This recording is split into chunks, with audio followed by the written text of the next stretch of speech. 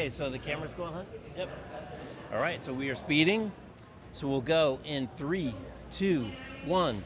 Hey, welcome back everybody. Jeff Frick here, coming to you for a very special episode of Work 20XX. We're in Austin, Texas at the Running Remote Conference. Hundreds of the leading minds about remote work, but it's important to always remember everything that's good for remote work's also good for hybrid, also good for distributed teams, also even good if you're back in the office. So there's a lot of great lessons. And we're excited to have our next guest who's really literally wrote the book on this topic, and now he's writing a new newsletter. So let's check in with Brian Elliott. Hey, Brian, Jeff. great to see you. Good to see you too. Glad to be here with you. Your new company, CEO of Work Forward, and you've Yep. got a really cool and deeply researched newsletter that's going out on your Substack. Yeah, so Work Forward on Substack is my newsletter. It's got a combination of like all the data and my data geekiness that people have come to expect from me, but also a lot of storytelling. Like I just wrote a story the other day that combines some learnings from PagerDuty and Atlassian around workplaces. It's another piece on like how to manage outcomes, especially in distributed teams, but also the impact that has on generative AI.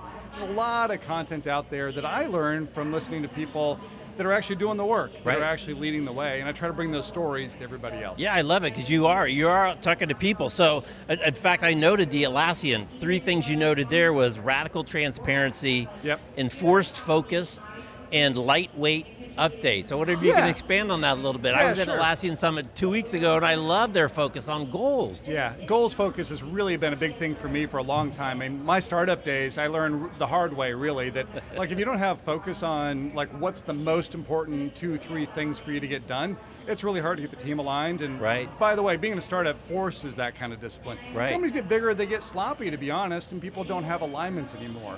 So Molly Sands, who leads the research team at Team Anywhere, along with Annie Dean, she and I talked about this in depth in terms of what they do. So 3 simple rules that I really loved. Number 1 is 3 to 5 goals per team, and that's it, on a quarterly basis. 3 to 5 goals that are clearly articulated, that are measurable, that you can talk about, and at least once a month go, hey, how are we doing against that? Are we moving forward, are we not? Where are we struggling? What can we do to get back on track? Or is this not working? So that's number 1. Number 2 is transparency. That's a huge deal. I can see inside of Atlassian anybody else's goals, any team's goals I can subscribe to. So if there's something going on in marketing that impacts my team, I can see how they're doing. That takes all the mystery out of it, and also means we can actually go forward and do better. The third one is a little mechanical, but I've heard so many people complain, oh my God, I have to do 25 updates a week in 3 different systems. Theirs is really simple. Tweet size updates once a week on those top goals. So if you think about it that way, it's like, I really just want to make it clear what we're working on. I want to know where we are, be transparent, and make it simple for people to do. You can go a long way in getting people aligned and marching in a common direction. I love it, just the forced prioritization. So the radical transparency can be hard for some companies, but one thing, I just attended your session a little while ago that everybody should be able to do. You're talking about middle managers being just burned out, stuck in the middle, but at the same time, they're not getting any training about this new world. So what is going on there? Why aren't people investing in these people? Yeah, so it's really sad. Like I think it was Gallup that put out a survey just a couple weeks ago saying that something like 44% of managers globally have no training whatsoever. That's just really sad when you think about it. And it's not surprising, right? People get promoted into the job because they're the most senior person on the team, but then they're expected all of a sudden to be a manager, and you got no support in doing it, so that's bad. Kate Lister put out a research piece last year saying that something like 25% of managers have any management background, training, support in leading distributed teams. 75% of those managers are leading distributed teams, so we're kind of leaving them out to dry in a lot of different ways. There's simple things you can do to address those sorts of things, but man, you can't expect that you're going to get better as a company and as an organization if you don't invest in leadership. And especially given how fast the world around us is changing, to ignore that is like pretending that we can actually just keep on limping our way through all the dramatic change that's facing us, from the economy to generative AI to flexibility. Well, you went through kind of a Maslow's triangle of different attributes, and the one at the top was a learning culture. So, I mean, you would think if maybe people don't have a learning culture, they think we've been doing it this way forever, and maybe we can stay at the top of the Fortune 500 for another 60 years, but that's not the case at all. No. Some of the data that's wild for me is like 1940s, 65 years was the average tenure of the S&P 500. 2014, it's like 17 years, right? So just like longevity of firms isn't there in the same way. I think a lot of people say learning culture, but they're not putting the resources behind it. Right, Because right. you've got to make a short-term investment for long-term gains, right?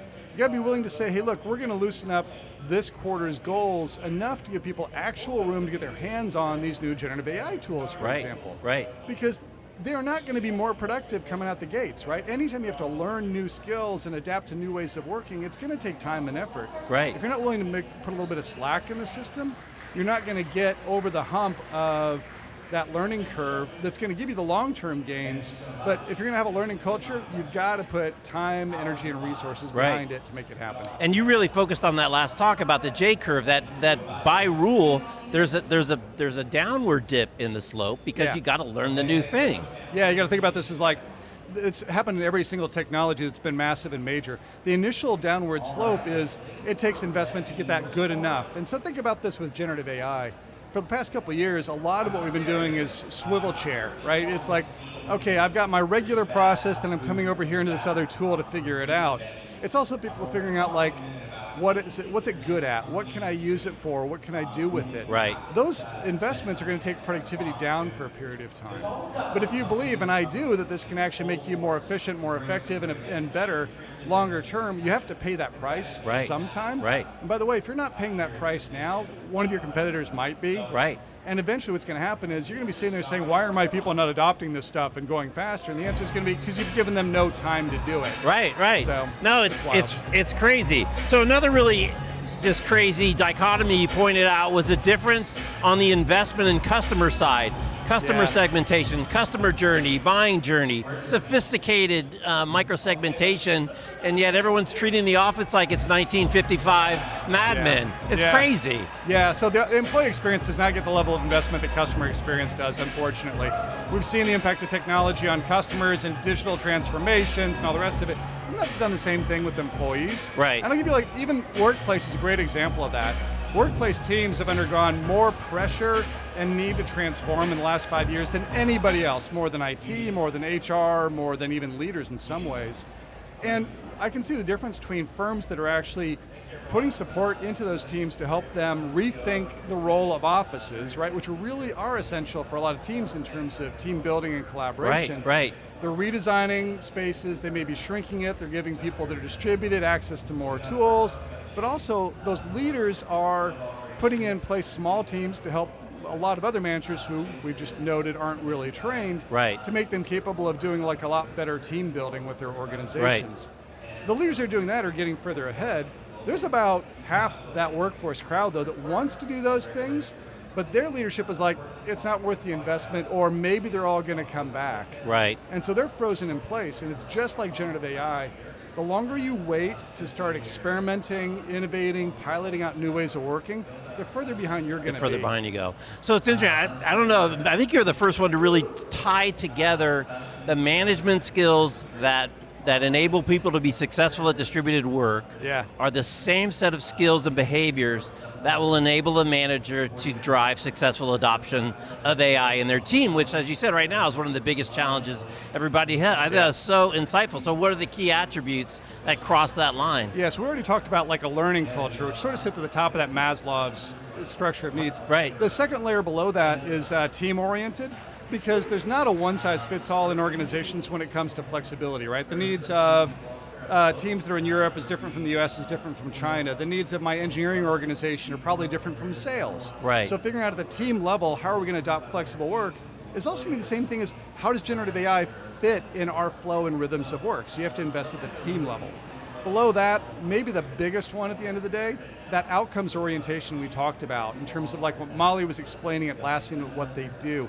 If you can focus on what are our most important goals, how are we going to grow our business, then people can sit there and say, okay, how can I use those tools to achieve growth, as opposed to hearing the word efficiency and thinking layoffs. Right. Or from a flexibility perspective, instead of having goals, you're focused on are they sitting in their butts in seats and being monitored. And the base level, really at the end of the day, is what's my talent strategy? Right. Am I after the best and brightest capable people? Am I going to invest in them in terms of training and skills? Because I know that the agility we need as an organization is going to require really great people that are supported and feel engaged. Right. Or am I back in command and control and telling people what to do and hoping that somehow the CEO is smart enough to see every curveball that's coming at them and get past it. Right. So that's the 4 levels of this. The learning culture, team orientation, outcomes orientation, and what's your talent strategy. Yeah. I confused you there. I made you go top to bottom instead of bottom to top. Yeah, very good. I can tell you the direction. I've done this enough times, enough conversations with people. I know where there you go. Well, are. I wrote down some of these things, as you said, just to call it out. Outcomes versus attendance. Yeah. Objectives versus efficiency. And you didn't call it out, but Nick called it out, and he did today here again, Nick Bloom, on profit versus productivity. He's like, people are going to continue on this route because it's profitable. That's it right. makes a lot of sense for people. That's right. And the piece of it that he highlighted, and you did too, is is retention. That's because right. the people that are most likely to leave, unfortunately for you, are the ones that are the most qualified because they're the ones that have the other options. That's right. And by the way, one of the things that I love about this is we keep talking about flexibility in office workers. The same thing can apply to frontline workers. I did a great case study on Neiman Marcus Group with Eric Severson, who was the chief people officer there. They actually allowed people who were store associates and operators to do some of their work from home. So for example, if I'm a store associate, I actually also am managing a customer list, and I'm doing training, and I'm doing some merchandising. Some of those can be done from home. I also, importantly, want some schedule flexibility. They found that those investments in flexibility for frontline workers gave them literally industry-leading retention numbers. That kind of retention number, by the way, also shows up in the bottom line Right. of organizations. So you can make those investments, and this is not just an office-centric thing. Right. You can do it in the front line too, and it pays off on the bottom line results. Yeah. So just to kind of wrap it up, I just want to, something you acknowledged again in that talk you just had, that this is not easy, and that a lot of the tooling and the Gen AI and all these things will take care of the mundane and the rote and the stupid stuff, but it's not going to take care of the hard stuff. Right. It's freeing up time for you to invest in the stuff that's going to be hard and a little bit more difficult. That's right. And I'll tell you, one of the things that I've observed though is I think a lot of CEOs are under pressure, right? CEO turnover hit an all-time high last year. The board pressure, the market pressure is through the roof.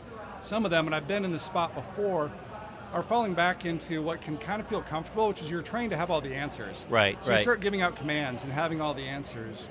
It's hard, but part of this is, how do I think about this as, I can still set those big aspirational goals, but I can say, I need all of you to figure out how we're going to get there. I'm going to enlist you in doing this. And by the way, the reward is, you'll learn too. Your career is going to grow and go additional places by doing that. But as the leader, you got to think about this as not just, do I have all the answers, but how does my team have to have the answers to drive the objectives that we've got. Right. I just love it. Just keeps coming back to team, because that's the unit where stuff gets accomplished, right? The individuals contribute, but it's really the teams that move everything along. That's right. I mean, what gets automated is things that are rote individual tasks. Right. What remains is complex. It's hard. It's creative. It's interdisciplinary in nature. That's why more than ever, actually human-centered leadership is going to be a much better answer than falling back into, I've got all the answers, I'm the boss. You keep sharing the answers, Brian, on Work Forward, and we'll keep subscribing, because you've got so much great content in those things, and I love all the use cases. Thanks, and it's Jeff. not just one or two companies. As you showed on that slide, there were dozens and dozens of companies that are adopting this. So if you're not, there may be a logo on that slide on one of your competitors. Yeah, exactly. Somebody in your industry most certainly is. Yeah. So. All right, Brian. Well, it's great to catch up again as always, and thanks for the time. Thanks, Jeff. Appreciate it. All right, he's Brian. I'm Jeff. You're watching Work 20XX special edition coming from Running Remote in Austin, Texas. Thanks for watching. Thanks for listening on the podcast. Catch you next time. Take care. Out. Awesome, dude. You're a rock star. The music was like.